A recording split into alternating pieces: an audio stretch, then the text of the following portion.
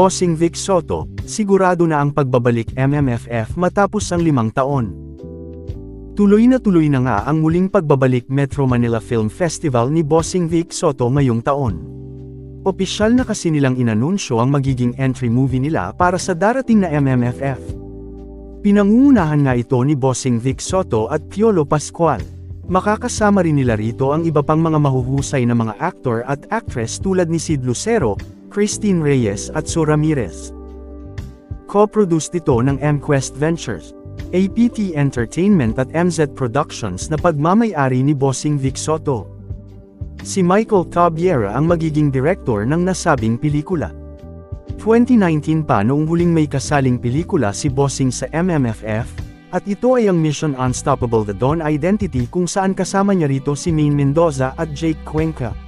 Samantalang nakaraang taon lang ay kasama rin si Piolo Pascual sa MMFF sa pelikulang Malyari. From a reliable source, may balita na nagsisimula na raw ang shooting o principal photography ng pelikulang gagawin ni Bossing Vic na intended sa 50th anniversary ng MMFF sa susunod na buwan. Bale first week pa ng July ay nagsushooting na ang TV host, actor, producer. Excited nga ang mga fans ni Bossing dahil ibang Vic raw ang mapapanood nila sa gagawing pelikula with Papa P. Piolo Pascual.